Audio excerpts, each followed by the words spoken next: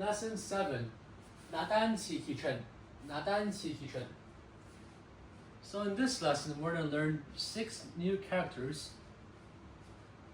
It's going to be 哈, 喝, 批, 坡, 坡, and 坡. Now, how do you write these characters? Well, it's kind of similar to what we've learned in lesson 6. So in lesson 6, we've learned that to write the B sound, for example, ba, right? It's gonna look like this. Now, if you were to change the B sound to a P sound, so it turns into pa, it's gonna look very similar to ba, with the only difference being instead of a big semicircle, it's turned into 2 small semicircles. So instead of just like drawing it like this, you gotta go in a little bit to make it into 2 semicircles. It's similar to how you write the number 3. So 3, right? That's the number 3. And for pa, it's gonna be that. So this is one way you can think about of how to write pa.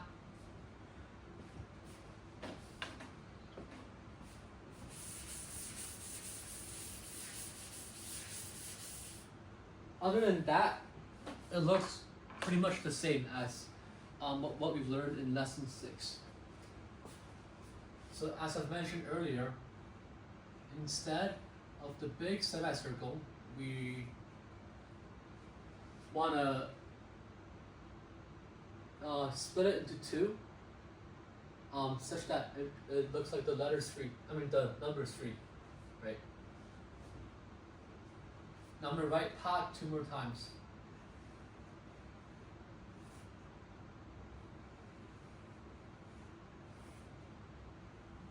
Ha. All right.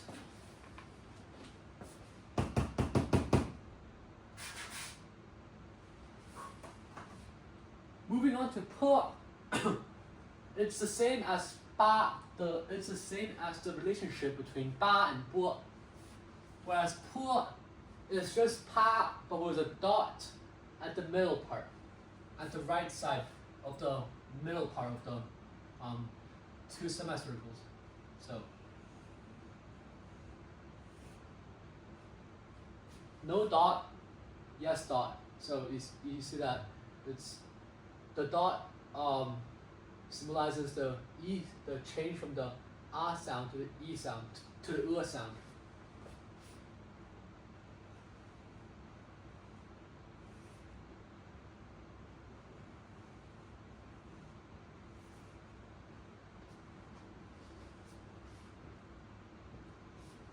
Pu.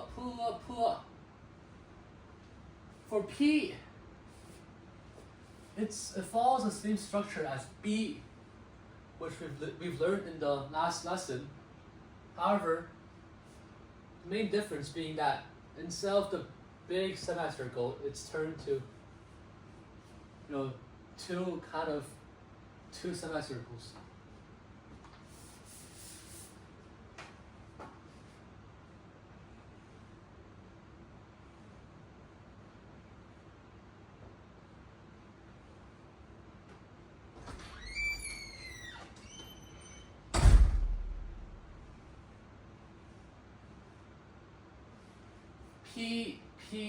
P.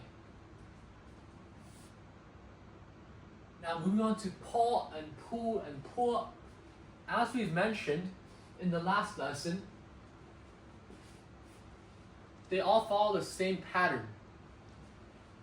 Now I'm going to write it in here in case if this is too messy or too small for you guys to see properly. We all know that this is bo, right? Now,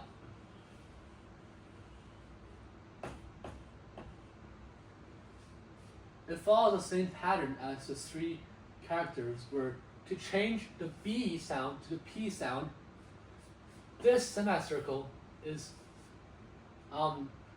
replaced with the 2 smaller semicircles. That's going to be po.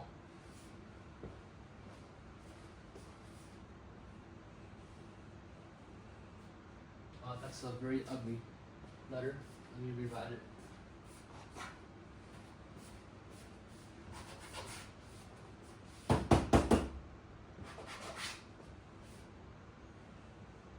There you go.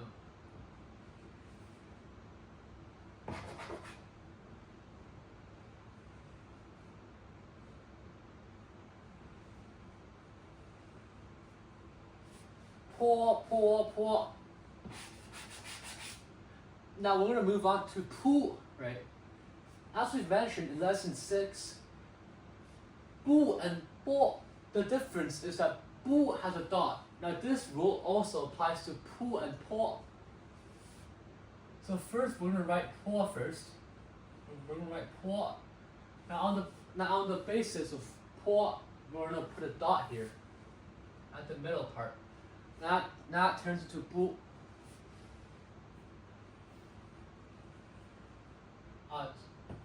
My apologies, that turns into pu, not pu. Pu.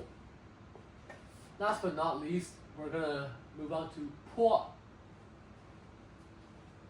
It's the same rule as I've mentioned earlier.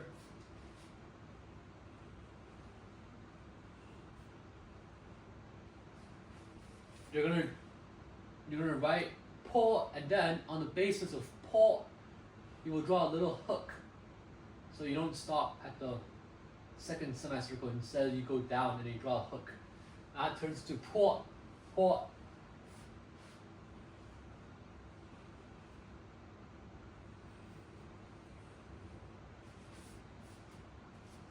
Pa, pu, pi, po, pu, po.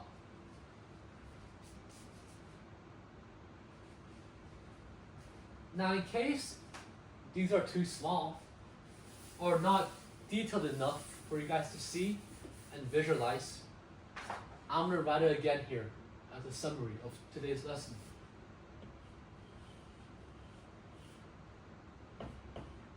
Pa,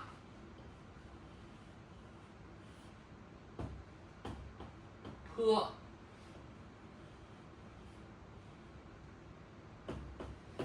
pi,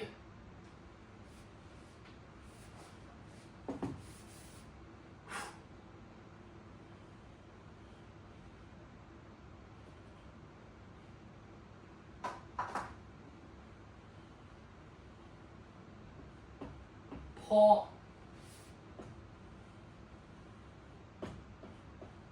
pu,